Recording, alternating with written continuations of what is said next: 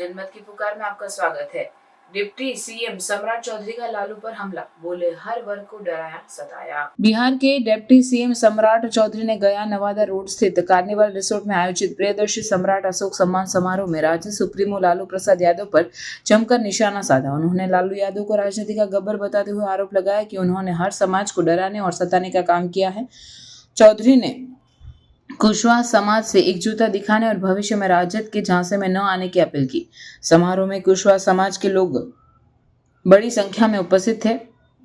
विशिष्ट अतिथि के रूप में प्रभारी मंत्री डॉक्टर सुनील कुमार भी मौजूद रहे। कार्यक्रम की अध्यक्षता कमलेश कुमार वर्मा ने की, जबकि राजू कुशवाहा ने संचालन किया। सम्राट चौधरी ने कहा कि 2015 से बिहार में विकास की रफ्तार बढ़ी है। उन्होंने कुशवाहा समाज से आह्वान किया कि वे विधानसभा चुनाव में मेहनत करें और अपनी पकड़ मजबूत करें, तभी उन्हें टिकट मिल पाएगा। डिप्टी सीएम सम्राट चौधरी को सुनिए। गया जिला से मगध के लोग यहाँ पर उपस्थित हुए। आपको याद होगा, इतिहास के पढ़ने में आपने पढ़ा होगा, महान सम्राट बनने के लिए बहुत से प्राणों की आहुति देनी पड़ती है। सिर्फ धारा में खड़ा होना राजनीति नहीं है। जीवन में लड़ना भी पड़ेगा और मरना भी पड़ेगा। एमएलए एमपी तो बन सकते हो। एमएलए एमपी बनना लगभग 20 जातियों की कृपा होती है किसी विधानसभा और किसी पार्टी का एक अहम योगदान होता है। लेकिन आप इतिहास के पन्ने में आप चले जाएंगे, आप स्वयं एहसास करेंगे साथियों, महान सम्राट का 2 चेहरा था। एक चेहरा था अशोक चंड, और चंड इसलिए थे कि दुनिया जीतने की खूबसूरती थी, और आज का जो भारत है इसको 3 गुना भारत जीतने का काम किया था वो चंड। और जब उनको यह एहसास हुआ साथियों कि हम शांति का भी रास्ता चुन सकते हैं, तो जब तलवार को रखा तो दुनिया के 2 ईसाई हिस्से में आज यदि बौद्ध का शांति का संदेश, गौतम बुद्ध का संदेश किसी ने पहुंचाया तो वो सम्राट अशोक का परिवार था साथियों। ये 2 रास्ते हैं, चुनना हमको है। हम कैसे चले? सत्ता के शीर्ष पर बैठना है या पीछे पीछे चलना है, ये तो तय आपको करना है। विधायक बनना है, आप एकदम स्वतंत्र हो, विधायक बनने चले जाओ, कोई नहीं रोकता। मेरा स्पष्ट मानना है साथियों, मैं भारतीय जनता पार्टी के कार्यकर्ता, कुछ लोग चले भी गए, एमपी बन गए ना, इसमें कहीं तुम अपने में ही राजनीति में लाए हो। कुछ लोग चले गए, उससे कुछ नहीं हो रहा है। राजनीति बड़ा स्पष्ट है साथियों, सत्ता के शीर्ष पर बैठेगा कौन? एक जमाना था, याद कीजिए 60 का जमाना, जब जगदेव प्रसाद जी ने नारा दिया था 100 में 90 शोषित है और 90 भाग हमारा है। हम तो एक कर दिए। सत्ता किसने दी? सत्ता में बैठकर किसने आपको कष्ट देने का काम?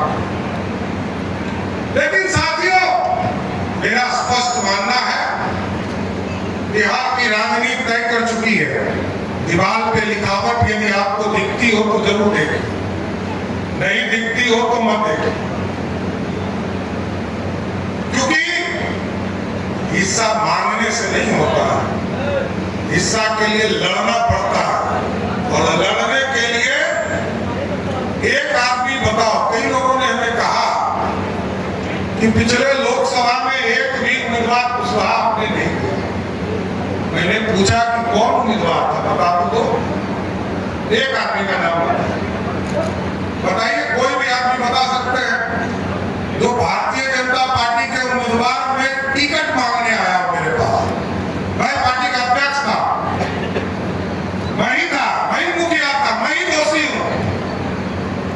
लेकिन आप लोगों ने कहा एक भी कुशवाहा को टिकट, उसको राम वो किसके लिए टिकट? उम्मीदवार को सोचिए। उसी तरह विधायक यदि किसी को बनना है तो अपने विधानसभा में काम करना पड़ेगा, सिर्फ जात के नाम पर टिकट नहीं मिल सकता। डॉक्टर सुनील कुमार यहाँ जीत कर कैसे आए? पूछेगा इनसे कभी अकेले में बैठ। समता पार्टी से लड़े, निर्दलीय लड़े और तब मुख्यधारा में आए।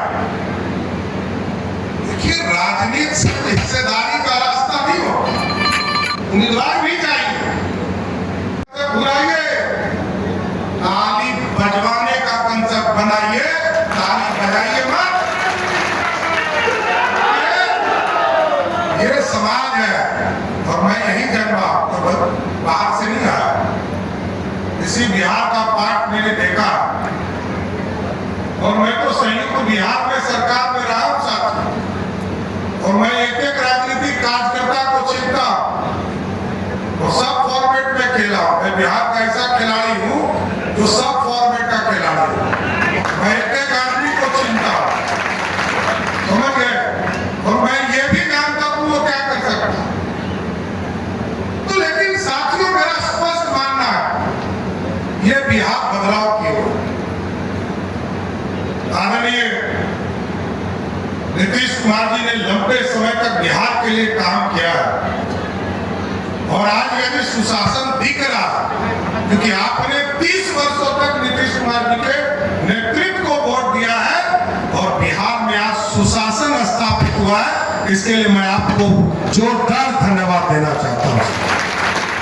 लेकिन साथियों बिहार बदला है, ये भी समझिए। ऐसा नहीं है कि बिहार नहीं बदला। आज मेरी डॉक्टर सुनील जी ने बताया आपको कि पटना से हम चलते हैं तो हम 1.25 घंटे में गया पहुंचते हैं। पटना से चलते हैं तो 1.25 घंटे में हम बेगूसराय पहुंचते हैं। पटना से चलते हैं तो 1.25 घंटे में मुजफ्फरपुर पहुंचते हैं। पटना से चलते हैं तो छपरा 1.25 घंटे में पहुंचते हैं। और यही बिहार था जब गया आने में 3 घंटे से 4 घंटे लगते थे। बदला कि नहीं बिहार? बदला कि नहीं बदला? और अब साथियों देखिए, याद कीजिए 2005, क्योंकि बेंचमार्क वही है। बिहार में 2,47,000 लोग हवाई यात्रा करते थे। आज कितने कर रहे हैं? आज 56 लाख लोग हवाई यात्रा कर रहे हैं। ये मोदी जी और नीतीश जी का इंफ्रास्ट्रक्चर है साथ। लेकिन ये बिहार बदलना है और बदलना है। गया में एयरपोर्ट बना साथी, राजगीर में एयरपोर्ट बनने वाला है, बीटा में एयरपोर्ट बनने वाला है, सुल्तानगंज में एयरपोर्ट बनने वाला है, मुंगेर में एयरपोर्ट बनने वाला है। और आपको स्पष्ट करके जा रहा हूं कि 15 अगस्त के बाद किसी दिन पूर्णिया का भी एयरपोर्ट आदरणीय प्रधानमंत्री जी चालू कर देंगे साथियों। आप सोचिए, जिस बिहार में एक पटना एयरपोर्ट का, वहां 13 एयरपोर्ट बन रहे हैं। आर्थिक रूप से समृद्ध आप कैसे होंगे? पिछली बार हम सत्ता में थे, नीतीश जी के साथ मैं काम कर रहा था साथी, आज भी कर रहा हूं। तो 2014 में हम लोगों ने एक बड़ा फैसला लिया। सम्राट अशोक जिसने भारत का सपना देखा था और उसको स्थापित किया, आपको जानकर आश्चर्य होगा कि उसी साल मैंने बिहार के लगभग 52 जगह पर सम्राट अशोक भवन, इसी तरह कार्यक्रम हम करते हैं तो बरसात का डर रहता है, ठंडा का डर रहता है, गर्मी का डर रहता है। तो मैंने एक साथ 52 जगह पर सम्राट अशोक भवन स्थापित करने का निर्णय लिया। बाद में सरकार में फिर मैं जब आया तो आज आपको जानकर आश्चर्य होगा कि जहां 52 जगह पर हमने स्वीकृत किया था, आज लगभग 150 जगह पर सम्राट अशोक भवन स्थापित करने का काम है। ये गौरवशाली इतिहास है